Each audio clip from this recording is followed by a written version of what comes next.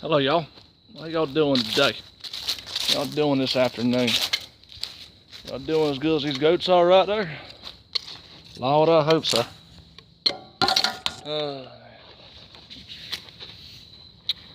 What we have here are the nunchuka, also known as nunchucks, which usually means more than one, I do believe. And these come from some old traditional, I think, Japanese or Chinese martial arts. I think they vary in different cultures of how different people use them. These are the practice kind, okay? They have your average day chain, it's like chain around your wallet.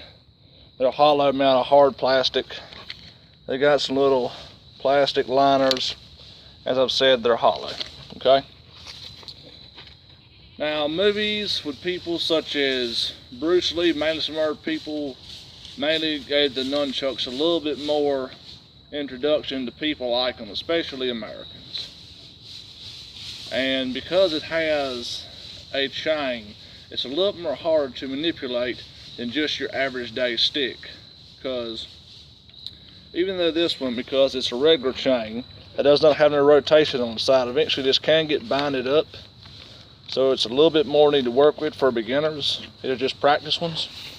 But also, look at the distance of that chain, of how far it goes back from this. So if you had this right here and you went back, so finding out the distance for these, but it also can hit your arm too, whatnot, and how far you tilt it back, whatnot. This right here for these are about a little bit over a foot. Yeah, a little bit, probably about an inch over a foot, I do believe.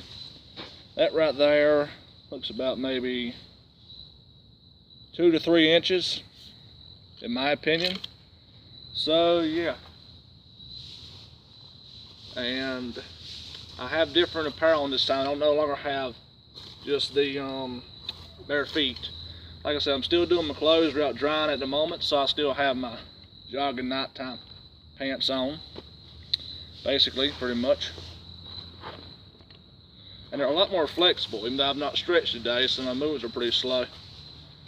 But, you know, first, you could go that way with this, and this way, and just watching how that one in front just rotates. Then there's flipping around, you're just rotating around like when I do the spins, pretty much, the twirls. You're just rotating your wrist around, and it makes it, and then it'll spin a little more by itself for the momentum. Because this chain doesn't rotate as well, it'll eventually just dangle out and look like that, okay? So there's that, and there's the backwards one, okay? But this way, you're just swinging it out at an angle, and you're making sure it's not too close to your knee. It's gonna follow, and same way that way. You're just swinging it out, and you got this motion doing both, making this kind of like figure 8 formation, and this is how most people do it for the blocks. Then you got the regular spinning right there. Do you see how far I have it from my body? I mean, yeah, when I've done that, yeah, like I said, I could easily come back, hit these. Well, these are practice ones. I don't want to get hurt, but you see how far I have it from my body though when I'm swinging it? I'm trying to make sure that front one stay inside the front and not whipping back around like that. I'm trying not to tilt up. I'm constantly going in a motion that's tilted down, so it's keeping it inside the front. Okay? So yeah, now my dad is way better than it is with me. Now and then there's, you know, the motion of bringing it back. I just heard the phone go off.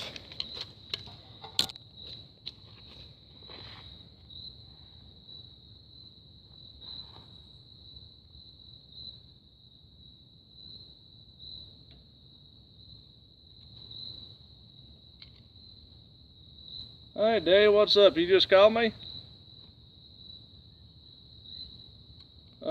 No. I must accidentally called you. Okay. Alright. Bye-bye. Okay.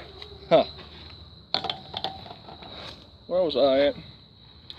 So, depending on the length of this and that, and also how good you are, will depend, and plus the weight of how it hits right there where you can bring it from that one. These are light, so I gotta kind of do it. Oops, hit myself just then. Because they're so light, and because that's why they go more, and I've hidden myself, even though I just ain't that good at these. So I really ain't. I'm barely not good at these at all. You know, and then there's the motion. You put it underneath your arm, and you go out like that. You know, some people can sometimes take these like that right there, and I'll take them by the chain and whip them. That's another way. Or sometimes using the chain as a blocking motion, then hitting somebody, trying to bring it back. Using, if you're higher up that right there, then hitting somebody. Like I said, be careful whipping back, which I have not much practice with these, but very little. And because how long the chain is, and plus this is pretty flexible chain too. That's why I'm using practice one so I don't hurt myself. So it's better if you're starting out with nunchucks to learn how to twirl out hurting your body, especially if you got the more heavy wood ones. And just do this slowly. And learn how close and how far your arm has to bend back to reach you, where you got to put your hand at your back getting ready to do that. Okay? And then there's, dang it, hold up. That right there, I went to the side and I waited for it. I can see it on camera. So this one it'd be going to left arm as good as my right. Nope, hidden myself here. So yeah. So if you want to become ambidextrous, it's going to take a little longer time because I am right-handed. So, and I missed just then. Like I said, I know very little about these, but I know pretty much how to do that. And a little bit of messing around with that right there without hurting myself too bad. Okay. So the main thing of anything, keep it about halfway distance, as long as you know it's not going to become too close, depending on its length, away from your body. Any more closer, I can hit a vital area right there, hit my stomach. I can hit me in my face near the eye. Also, if you go to your local Army or Navy store, you can buy these right here. They're called shamogs. About between $20 and $25. It should last you a good while. And you can wrap this on your head. It's about a 3 foot by 3 foot piece of cotton. This one's cut in half, so it's like half its size. And it'll help protect you. You can also wrap it around your face. It'll help protect you. You know, you can wrap it around the lower part. So this right here helps. You know, as a practice, I still don't want this getting too close to my eye. And this right here is what's protecting my head, okay?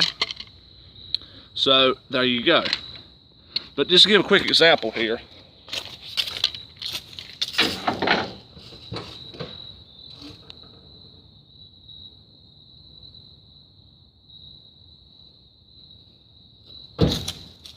This is what a full one looks like, okay? I think it's made by Rothko, made inside India. Got it from my local Army Navy store. This is how big a full one is, okay? This one out of my head I cut in half. And I cut it the triangular shape. Not the square shape, triangular shape. Because it usually fits better that way, alright? So having all this padding, there's a lot of more different uses for these. This is more overseas, like Islamic, Arabian, Iraqian, or even Indian overseas in India heritage that later became a part of the United States military apparel for desert training, desert survival, until they later started using the face shield masks that are more breathable, made of more of polyester.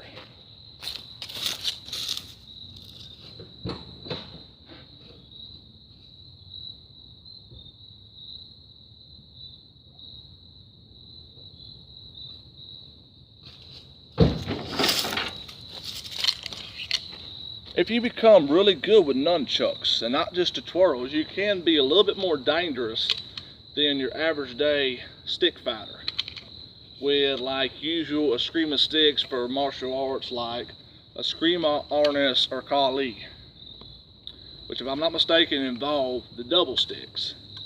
Now there are some advantages of having two sticks instead of a two-piece thing held together as one on a chain. Then there's that long piece, has 3 pieces of chain that people use. Then there's the whip chain, just a chain, has a sharp thing on the end, I believe, maybe some spikes, I don't really know. You know, there's also the bow staff, but this is, in my opinion, still one of the more deadlier ones if you master it. It takes longer to master, I believe, in my opinion, than some bow staff tricks and the double sticks. But also, double sticks are good for learning dual sword wielding, really. If you want to learn regular stick fighting, you can also have to use that in sword fighting and whatnot. I know, because I've been training with that for a while. So yeah, but if you have a really flexible thing like a whip that looks more like a stick, kind of like the cold steel shambach that I own that I not have with me at the moment, that most likely, in my opinion, for a little bit of experience I have, can beat these. It's longer, it's more flexible, it's quicker, you can get more hits in. It's basically a dummy's weapon, in my best way of saying it. It's a dummy's weapon. So yeah, it's alright folks. And these right here I have on just for me walking inside the wood. I'm not trying to look cool and manly with these little Gold Gems training weightlifting gloves on, okay? If I want to look manly, I would have made sure I had extra clothes on for this video, because look at me. I look kind of funny in a way. I know I do. It's what I have on. So alright folks, I'll see y'all around, and for anybody that liked this video, please give it a like, you know, comment if you ain't gonna be a jackass about how bad I look or whatever, and I'll see y'all folks around. Get out of my face, Nat. Freaking mosquitoes are coming out.